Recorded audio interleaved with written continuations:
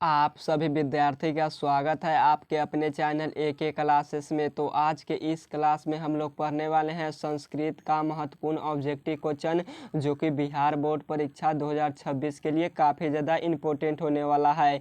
यह VVI objective question आप लोग पढ़ लेते हैं तो आपके फाइनल बोर्ड परीक्षा 2026 क्लास 10th के लिए यह संस्कृत का ऑब्जेक्टिव क्वेश्चन किताब से गेस किया गया सही प्रश्न है। तो यह ऑब्जेक्टिव क्वेश्चन को आपको पढ़ना काफ़ी ज़्यादा ज़रूरी है।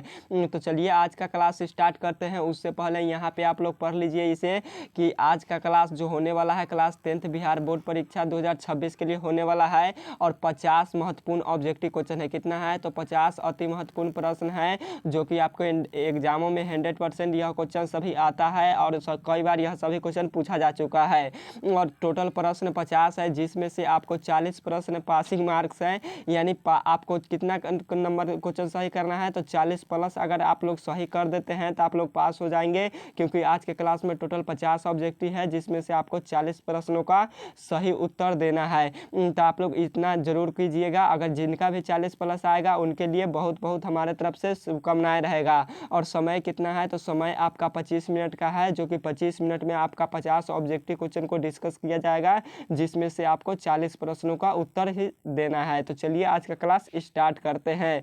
तो आपसे एक रिक्वेस्ट यह है कि आप सभी विद्यार्थी चैनल पर अगर नए आए हैं तो चैनल को सब्सक्राइब कर लीजिए और वीडियो को लाइक करके अपने दोस्तों के पास इस वीडियो को शेयर जरूर कर दीजिएगा, ताकि हमारा मनोबल बढ़ा रहे। और यह सभी क्वेश्चन आपको हम कई बार पढ़ा चुके हैं, तो आप लोग वीडियो को बिना स्किप किए हुए यह सभी 50 महत्वपूर्ण ऑब्जेक्टिव क्वेश्चन को कर लीजिएगा और कॉमेंट बॉक्स में बताइएगा कि आपका 40 प्लस सही हुआ या नहीं हुआ। आप लोग को जरूर एक छोटा सा कमेंट करके बताना है। तो 40 ऑब्जेक्टिव क्वेश्चन आपको सही करना है, क्योंकि हम आपको यह सभी क्वेश्चन VVI वाला पढ़ा चुके हैं। तो चलिए फर्स्ट नंबर क्वेश्चन की तरफ हम लोग देखते हैं। फर्स्ट नंबर क्वेश्चन में पूछा गया है कि संस्कार कितने होते हैं। तो संस्कार कितने होते हैं तो संस्कार टोटल 16 होते हैं। 1 का राइट आंसर बी होगा, संस्कार टोटल 16 होते हैं। आप लोग अपना जो सही होगा उसको काउंटिंग करते चलिएगा। नेक्स्ट नंबर क्वेश्चन है अगला नंबर क्वेश्चन है 2 नंबर कि किसके शासनकाल में पाटलिपुत्र की अधिक समृद्धि हुई। तो किसके शासनकाल में पाटलिपुत्र की अधिक समृद्धि हुआ था तो चंद्रगुप्त मौर्य के शासनकाल में हुआ था। 2 का राइट आंसर ए होगा, चंद्रगुप्त मौर्य के शासनकाल में हुआ था, नो डाउट आपका। चलिए अगला नंबर क्वेश्चन को देखते हैं। नेक्स्ट नंबर 3 नंबर क्वेश्चन में पूछा गया है कि मंगलम पाठ कहाँ से संकलित है। क्वेश्चन इंपोर्टेंट है, पूछता है यह सभी क्वेश्चन आपका पेपर में भी। तो मंगलम पाठ कहाँ से संकलित है, यानी कहाँ से लिया गया है, तो ये भी क्वेश्चन हम आपको बताए थे। 3 का राइट आंसर सी होगा, यह उपनिषद से लिया गया है मंगलम पाठ। और मंगलम पाठ के लेखक कौन है तो महर्षि वेदव्यास है। तो ये भी सब आपको याद कर लेना है। अगला नंबर क्वेश्चन है 4 नंबर कि बाघ के हाथों में क्या था। क्वेश्चन पूछता है कि बाघ के हाथों में क्या था। तो बाघ के हाथों में सोने का कंगन था। 4 का राइट आंसर ए वाला होगा, सोने का कंगन था बाघ के हाथों में। और यह किस पाठ से लिया गया है तो व्याघ्रपति कथा पाठ से लिया गया है। नेक्स्ट नंबर क्वेश्चन है अगला नंबर क्वेश्चन है 5 नंबर कि भगवान बुद्ध के समय पाटलिपुत्र का क्या नाम था। तो भगवान बुद्ध के समय पाटलिपुत्र का क्या नाम था तो पाटलीग्राम था। 5 का राइट आंसर बी होगा, पाटलीग्राम था। नेक्स्ट नंबर क्वेश्चन है अगला नंबर, थोड़ा सा आपको हम डीपली नहीं मतलब बता रहे हैं, चारों ऑप्शन को सॉल्व करते नहीं चल रहा है, क्योंकि आपका एग्जाम के रूप में कितना तो 50 क्वेश्चन है, जिसमें से आपको 40 प्लस प्रश्न सही करना है। इसीलिए आपको हम चारों ऑप्शन को सॉल्व नहीं कराते हुए चलते हैं, सिर्फ ऑप्शन को टिक करते हुए चलते हैं। तो आप लोग बारीकी तरीके से यह 50 ऑब्जेक्टिव को जरूर पढ़ लीजिएगा। अगर PDF आपको चाहिए तो इस वीडियो को नीचे जो कि डिस्क्रिप्शन बॉक्स होता है उसमें जाइए और व्हाट्सएप ग्रुप का लिंक दिया हुआ है, वहाँ पे आपको लिखकर हाई लिख देना है। क्या लिखना है तो हाई लिख देना है, और व्हाट्सएप ग्रुप से आपको हम जोड़ देंगे। आप लोग हाई लिख कर जरूर भेज दीजिएगा, आपको हम जोड़ देंगे। अगला नंबर क्वेश्चन है 6 नंबर कि परम सुख देने वाले क्या है। तो परम सुख देने वाले क्या है तो परम सुख किससे मिलती है तो अहिंसा से मिलती है। किससे मिलती है अहिंसा नहीं, परम सुख विद्या। यहाँ पे क्वेश्चन पूछा है कि परम सुख देने वाले क्या है तो परम सुख देने वाली क्षमा है। क्या है तो क्षमा है, यानी किसी को आप लोग क्षमा कर देते हैं तो आपका परम सुख मिलता है। तो आपके ऑप्शन में क्षमा नहीं दिया है, तो आपका राइट आंसर बी होगा, अहिंसा। अहिंसा का दूसरा रूप क्या है तो क्षमा है। तो आप लोग इसे जरूर समझ लीजिएगा। अगला नंबर क्वेश्चन है 7 नंबर 7 नंबर भी क्वेश्चन में आपसे पूछा गया है कि नदियाँ अपना नाम और रूप को छोड़कर कहाँ मिल जाती है। सभी क्वेश्चन बता चुके हैं, इसलिए आपको 40 प्लस ही लाना है। हम बार बार बोल रहे हैं आपको 40 प्लस लाना है। तो नदियाँ अपना नाम और रूप को छोड़कर किस में मिल जाती है, तो समुद्र में मिल जाती है। 7 का राइट आंसर ए होगा, समुद्र में मिल जाती है। नेक्स्ट नंबर क्वेश्चन है 8 नंबर कि पटना में बहुत बार कौन आया था। तो पटना में बहुत बार कौन आया था, तो भगवान बुद्ध आया था। 8 का राइट आंसर डी होगा, भगवान बुद्ध आया था। नेक्स्ट नंबर क्वेश्चन है 9 नंबर कि महान से भी महान कौन है। तो महान से भी महान कौन है, तो महान से भी महान आत्मा है। 9 का राइट आंसर ए होगा, आत्मा है महान से भी महान। नेक्स्ट नंबर क्वेश्चन की तरफ चलते हैं 10 नंबर कि छोटी से भी छोटी कौन है। क्वेश्चन इंपॉर्टेंट है, पूछता है आपका पेपर में लगातार। तो छोटी से भी छोटी कौन है, तो आत्मा है। 10 का राइट आंसर ए होगा, आत्मा है छोटी से भी छोटी और महान से भी महान। नेक्स्ट नंबर क्वेश्चन है 11 नंबर कि सूक्ष्म से भी सूक्ष्म क्या है। तो सूक्ष्म से भी सूक्ष्म क्या है, तो आत्मा है। 11 का राइट आंसर ए होगा, आत्मा है। नेक्स्ट नंबर क्वेश्चन है अगला नंबर क्वेश्चन में पूछा गया है 12 नंबर में कि सरस्वती का कुलगृह कौन सा नगर है। तो सरस्वती का कुलगृह कौन सा नगर है, तो पाटलिपुत्र है। 12 का राइट आंसर सी होगा, पाटलिपुत्र है सरस्वती का कुलगृह। और सरस्वती का वंशज यहाँ वास करते हैं। और पाटलिपुत्र गंगा नदी के किनारे बसा है, यानी पटना किसके किनारे बसा है, तो गंगा नदी के किनारे। पाटलिपुत्र में गंगा किस दिशा में बहती है, तो उत्तर दिशा में। नेक्स्ट नंबर क्वेश्चन है अगला नंबर 13 नंबर क्वेश्चन में पूछा गया है कि हिरण्य पात्र से किसका मुंह ढका है। तो हिरण्य पात्र यानी सोने जैसे पात्रों से किसका मुंह ढका है, तो सत्य का मुंह ढका है। 13 का राइट आंसर ए होगा, सत्य का मुंह ढका है हिरण्य पात्र से, यानी स्वर्णमय पात्र से, सोने जैसे पात्रों से सत्य का मुंह ढका है। तो आप लोग इसे समझ लीजिएगा। और सत्य धर्म के लिए किसको हटा देना चाहिए, तो हिरण्य पात्र को सत्य धर्म के लिए हटा देना चाहिए। नेक्स्ट नंबर क्वेश्चन है अगला नंबर क्वेश्चन में पूछा गया है 14 नंबर में कि पटना के किस दिशा में गंगा नदी बहती है। तो जस्ट अभी बताए हैं, तो पटना के किस दिशा में गंगा नदी बहती है, तो यह उत्तर दिशा में बहती है। तो 14 का राइट आंसर ए वाला होगा, पटना के उत्तर दिशा में गंगा नदी बहती है। तो आप लोग इसे जरूर याद कर लीजिएगा। नेक्स्ट नंबर क्वेश्चन है अगला नंबर 15 नंबर क्वेश्चन है कि यूनान का राजदूत कौन था। तो यूनान के राजदूत कौन था, तो मेगास्थनीज था। 15 का राइट आंसर सी होगा, मेगास्थनीज। और क्वेश्चन पूछता है कि आपसे इंडिका पुस्तक किसने लिखा है। तो इंडिका पुस्तक का भी लेखक कौन है, तो मेगास्थनीज है। तो आप लोग इसे जरूर याद रखिएगा। अगला नंबर क्वेश्चन है 16 नंबर कि संसार में बच्चों का सच्चा रक्षक कौन है। तो संसार में बच्चों का सच्चा रक्षक कौन है, तो उसका माता होती है। कौन होती है, तो उसका माता होती है। 16 का राइट आंसर बी होगा। और स्त्रियों का सच्चा रक्षक उसका पति होता है। क्या होता है, पिता नहीं पति होता है। तो आप लोग इसे जरूर याद रखिएगा। अगला नंबर क्वेश्चन है 17 नंबर, वही क्वेश्चन पूछा है कि स्त्रियों का सच्चा रक्षक कौन होता है। तो स्त्रियों का सच्चा रक्षक उसका पति होता है। 17 का राइट आंसर ए होगा, जस्ट अभी हम आपको बताए हैं। और आपको सभी प्रश्न सही करना है। अगर आप लोग बारीकी तरीके से शुरू से हमारे साथ जुड़े होंगे तो आपको पता होगा। तो बिल्कुल ऑप्शन आपका क्वेश्चन गलत एक भी नहीं होना चाहिए। नेक्स्ट नंबर क्वेश्चन है अगला नंबर क्वेश्चन है 18 नंबर की पाटलिपुत्र वैभवम पाठ में किस नगर का वर्णन है। तो पाटलिपुत्र वैभवम पाठ में किस नगर का वर्णन है, तो वास्तव में किस नगर का वर्णन है, तो पाटलिपुत्र का वर्णन है। 18 का राइट आंसर बी होगा, पाटलिपुत्र नगर का वर्णन है। नेक्स्ट नंबर क्वेश्चन है 19 नंबर कि देवलोक का मार्ग किससे खुलता है। तो देवलोक का मार्ग किससे खुलता है, तो असत्य से खुलता है, नहीं। आपका लोभ से खुलता है, तो नहीं। त्याग से खुलता है, तो नहीं। राइट आंसर क्या होगा, तो बी वाला होगा, सत्य से देवलोक का मार्ग खुलता है। और देवलोक क्या है, तो सत्य का खजाना है। देवलोक हमेशा सत्य है। और किसकी जीत होती है, तो हमेशा सत्य की जीत होती है, असत्य की जीत नहीं होती है। तो ये सभी भी क्वेश्चन आगे भी आएगा और यह सभी क्वेश्चन आता है आपके पेपर में। नेक्स्ट नंबर क्वेश्चन है 20 नंबर कि राजशेखर की रचना कौन सी है। क्वेश्चन इंपोर्टेंट है, पूछता है। तो राजशेखर की रचना कौन सी है, तो काव्य मीमांसा के लेखक कौन है, तो राजशेखर है। तो 20 का राइट आंसर आपका ए वाला होगा, काव्य मीमांसा के लेखक राजशेखर है। और मुद्रा राक्षस किसका लेखक है, तो विशाखापत्तनम है जो मुद्रा राक्षस को लिखा है। 21 नंबर क्वेश्चन है कि वेद कितने प्रकार के होते हैं। तो वेद कितने प्रकार के होते हैं? तो वेद मुख्यतः 4 प्रकार के होते हैं। एक इसका राइट आंसर बी होगा, 4 प्रकार के होते हैं। वेदांग 6 प्रकार के होते हैं। उपनिषद 108 प्रकार के होते हैं। पुराण 18 प्रकार के होते हैं। तो ये सभी भी क्वेश्चन आपको याद कर लेना है। अगला नंबर क्वेश्चन है कि कौमुदी महोत्सव किस ऋतु में मनाया जाता था? तो कौमुदी महोत्सव ऋतु में मनाया जाता था, यानी किस ऋतु में मनाया जाता था, वही क्वेश्चन आपसे पूछा है। तो कौमुदी महोत्सव शरद ऋतु में हमेशा मनाया जाता था। 22 का राइट आंसर डी होगा, शरद ऋतु में कौमुदी महोत्सव मनाया जाता था। तो ये भी क्वेश्चन आपके एग्जामों में कई बार पूछा जा चुका है, तो आप लोग भी इसे ज़रूर याद कर लीजिएगा और बार के तरीके से सभी क्वेश्चन को जरूर सॉल्व कीजिएगा। अगला नंबर क्वेश्चन है 23 नंबर कि परमात्मा कहाँ रहते हैं? तो परमात्मा कहाँ रहते हैं? तो परमात्मा क्या एकत्र रहते हैं? तो परमात्मा एक ही जगह पर नहीं रहते हैं। एकत्र का अर्थ होता है एक ही जगह पर, अन्यत्र का अर्थ होता है अन्यर्थ का अर्थ क्या होता है? तो अपना पास। तो ये भी नहीं दिया है डी वाले ऑप्शन में कि कोई भी जगह पर नहीं। तो इसका राइट आंसर क्या होगा? तो बी वाला हो जाएगा, परमात्मा सर्वत्र रहते हैं, यानी यहाँ वहाँ अत्र तत्र सर्वत्र रहते हैं। आपसे इंग्लिश में जब आपका इंग्लिश में नहीं, संस्कृत में जब ऑप्शन देगा तो आपको लिख देगा यत्र तत्र या दोनों। तो आपको क्या करना है? दोनों पर टिक करना है। लेकिन आपको क्या करना है? दोनों पर टिक क्यों करना है? क्योंकि जो परमात्मा होता है ना, वो यहाँ वहाँ जहाँ तहाँ सबतर रहता है, सर्वत्र व्याप है। तो आपको यह क्वेश्चन समझ में आया? बिल्कुल डाउट नहीं होना चाहिए।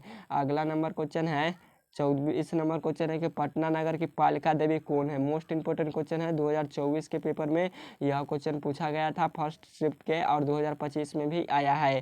तो आपको क्या करना है? इस क्वेश्चन को जरूर याद कर लेना है, आता है आपके पेपर में।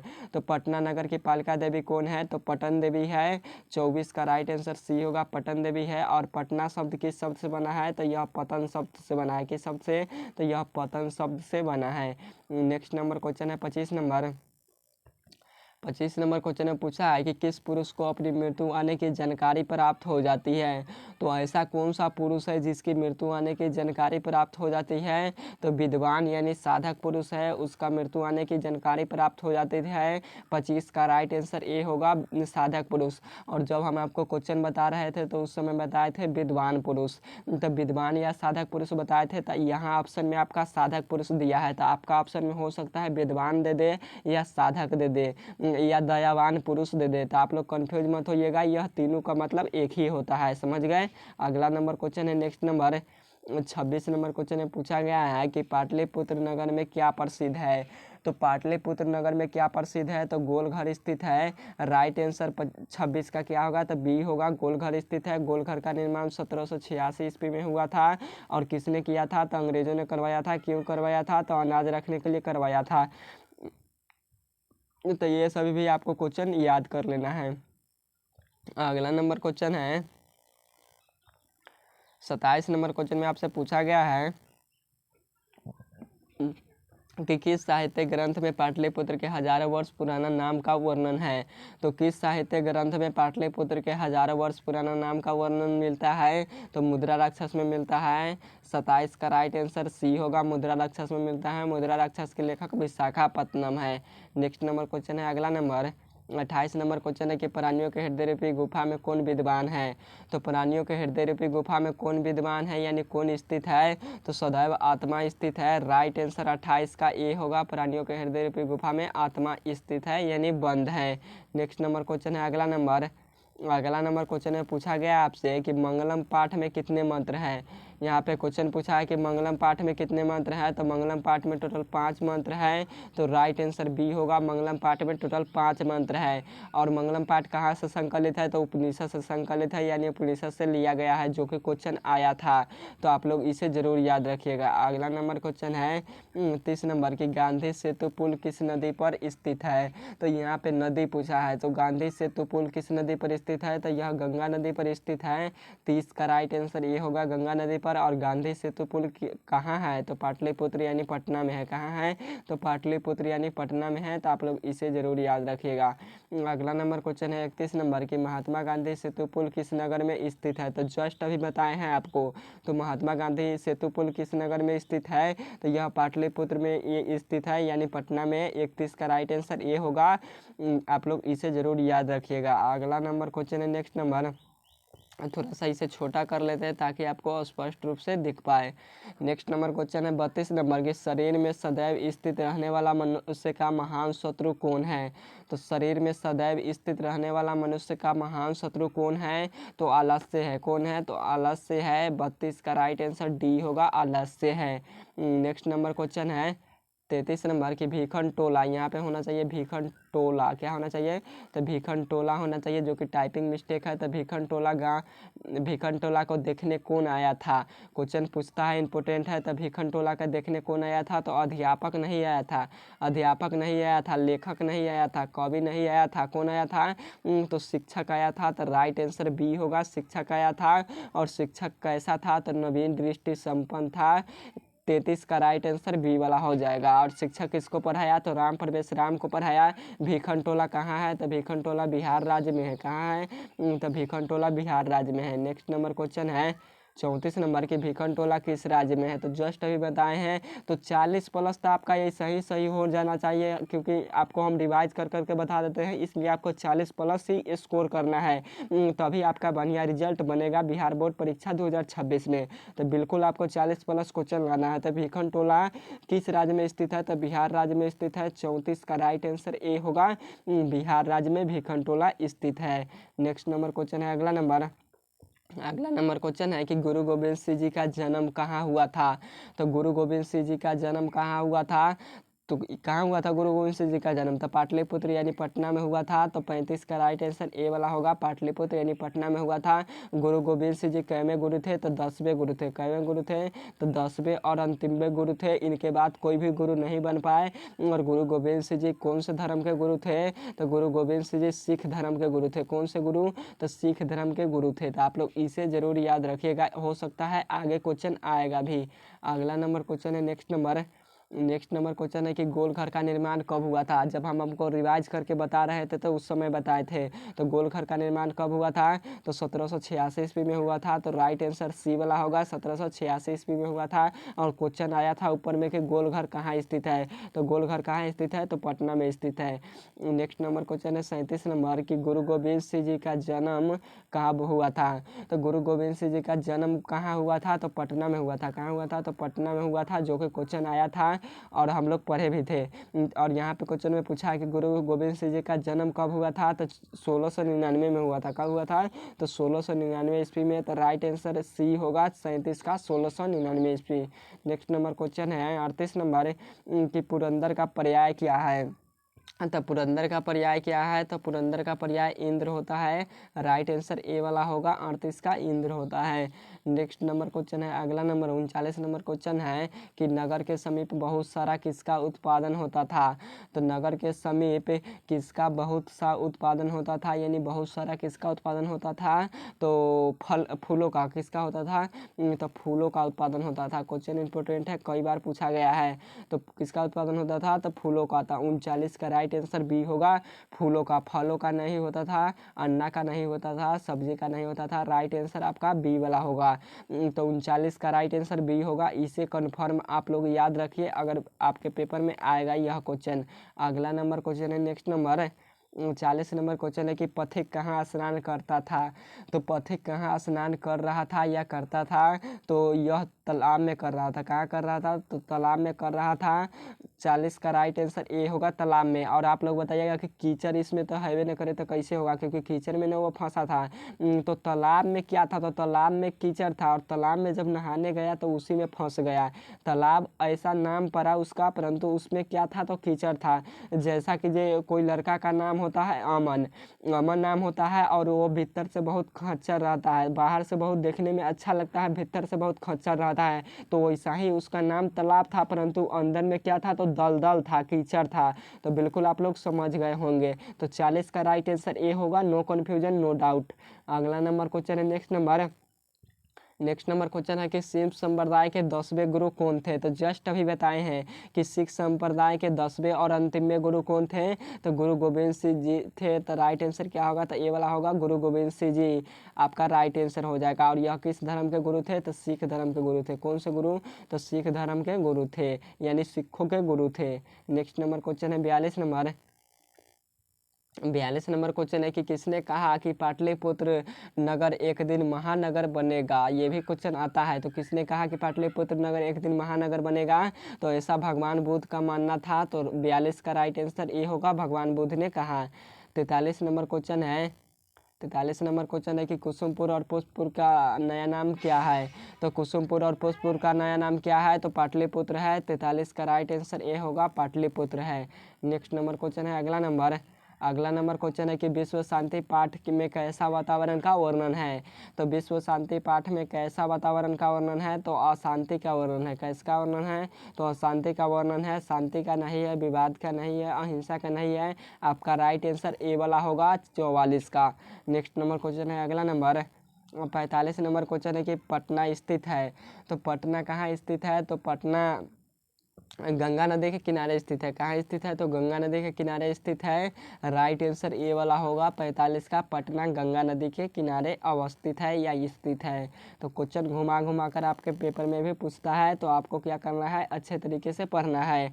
नेक्स्ट नंबर क्वेश्चन है 46 नंबर की आलस कथा पाठ में आग लगने पर कितने लोग नहीं भागे? तो आलस वाला जो यहाँ पे कथा है उसमें बोल रहा है कि जब आग लगाया गया तो कितना लोग था, यानी कितना व्यक्ति था जो नहीं भागा। तो टोटल वह कितना व्यक्ति था, कितना आलसी था? तो वास्तविक आलसियों की संख्या 4 था। तो 46 का राइट आंसर सी होगा, वह 4 आलसी था जो सोए हुए रह गया, आपस में बातचीत कर रहा था। एक ने बोला यह हल्ला कैसा, दूसरा ने बोला लगता है इस घर में आग लग गया, तीसरा ने बोला कि कोई धार्मिक व्यक्ति नहीं है जो पानी से भीगे वस्त्रों को हमके ऊपर ढक दे, या दयावान व्यक्ति नहीं है, या साधक पुरुष नहीं है, ऐसा बोला था तीसरा आलसी ने। चौथा आलसी ने क्या बोला? अरे वो चाल कितना बातें करते हैं, चुपचाप क्यों नहीं सो जाते? तो यह चारों आलसियों का अपना क्या था? तो आलसपन था जो सिद्ध कर रहा था। तो आप लोग समझ में आया? सब्जेक्टिव क्वेश्चन में मजा से पढ़ाएंगे, मजा आएगा। 47 नंबर क्वेश्चन में पूछा है कि बिना बुलाए कौन आता है? तो बिना बुलाए कौन आता है? तो बिना बुलाए मूर्ख आता है। कौन आता है? तो मूर्ख आता है। 47 का राइट आंसर ए होगा, मूर्ख आता है। धूर्त नहीं आता है, और आपसे कुछ साधु भी नहीं आता है, चोर भी नहीं आता है। तो आपका राइट आंसर ए वाला होगा। अगला नंबर क्वेश्चन है 48 नंबर क्वेश्चन में आपसे पूछा गया है कि वर्तमान काल की संस्कृत लेखिका कौन है? क्वेश्चन पूछता है कि वर्तमान काल की संस्कृत लेखिका कौन है? तो मिथिलेश कुमारी मिश्र है। 48 का राइट आंसर सी होगा, मिथिलेश कुमारी मिश्र है। तो आप लोग इसे जरूर याद रख लीजिएगा। अगला नंबर क्वेश्चन है 50 नंबर कि प्राचीन काल में शिष्यों को क्या कहा जाता था? ये 100% गारंटी के साथ बोल रहे हैं कि यह क्वेश्चन आपके पेपर में आएगा 2026 के पेपर में। तो प्राचीन काल में यानी पुराने समय में ब्रह्मचारी, बहुत पुराने समय में, पुराने ज़माने में जो ब्रह्मचारी का अर्थ क्या होता है? तो यहाँ पे क्वेश्चन पूछा है कि प्राचीन काल में यानी पुराने समय में शिष्यों, तो शिष्यों का अर्थ क्या होता है? तो छोटे सा बच्चा, 5 साल 6 साल 8 साल 10 साल का लड़का, 4 साल 5 साल का लड़का, आप लोग समझ सकते हैं। तो उसको क्या बोला जाता था? वही क्वेश्चन में पूछा है। तो उसको क्या बोला जाता था? तो उसे को ब्रह्मचार्य बोला जाता था। क्या बोला जाता था? तो ब्रह्मचारी कहा जाता था। तो 49 का राइट आंसर बी वाला होगा, उसको ब्रह्मचारी कहा जाता था। कब? तो प्राचीन यानी पुराने समय में। तो आप लोग इसे जरूर याद रखिएगा। अगला नंबर क्वेश्चन है 50 नंबर कि शिक्षक कैसा था? जस्ट बताए थे कि शिक्षक कैसा था। तो शिक्षक नवीन दृष्टि संपन्न था। 50 का राइट आंसर सी होगा, नवीन दृष्टि संपन्न था। नेक्स्ट नंबर क्वेश्चन है, और यह लास्ट क्वेश्चन है क्योंकि क्वेश्चन थंबनेल में 50 लिखा गया, इसलिए एक आपका एक्स्ट्रा क्वेश्चन है, तो आपको क्या करना है? पढ़ लेना है। तो 51 नंबर क्वेश्चन है कि वेदांग कितने होते हैं? तो वेदांग कितने हैं या वेदांग कितने प्रकार के होते हैं, यह सब्जेक्टिव में भी पूछता है। तो वेदांग टोटल 6 प्रकार का होता है। तो 51 का राइट आंसर सी होगा। तो आज का क्लास कैसा लगा आप लोग जरूर यह बताइएगा कमेंट बॉक्स में। और आपको क्या है, तो आपको यह 50 ऑब्जेक्टिव क्वेश्चन में आपका अगर 40 प्लस ऑब्जेक्टिव क्वेश्चन सही नहीं हुआ, अगर कोई विद्यार्थी का 40 प्लस सही नहीं हुआ, तो आपको भी कमेंट करके बताना है कि हमारा इतना प्रश्न सही हुआ। और जिनका भी 40 प्लस क्वेश्चन सही हुआ है उनके लिए बहुत ढेर सारी शुभकामनाएं। तो यह 50 ऑब्जेक्टिव क्वेश्चन को आप लोग पढ़ लीजिए, और बहुत सारा प्रश्न लड़ेगा, क्योंकि लड़ता है, इन्हीं टाइप के प्रश्न पूछे जाते हैं आपको एग्जामों में। तो ओके बाय, फिर मिलेंगे नेक्स्ट क्लास में। और किसी प्रकार का डाउट हो तो जरूर कमेंट कीजिएगा, और व्हाट्सएप ग्रुप से जुड़ना मत भूलिएगा। तो ओके बाय। लगभग यह 23 से 25 मिनट का क्लास होगा, तो आपको बारीकी तरीके से पढ़ लेना है। तो ओके बाय।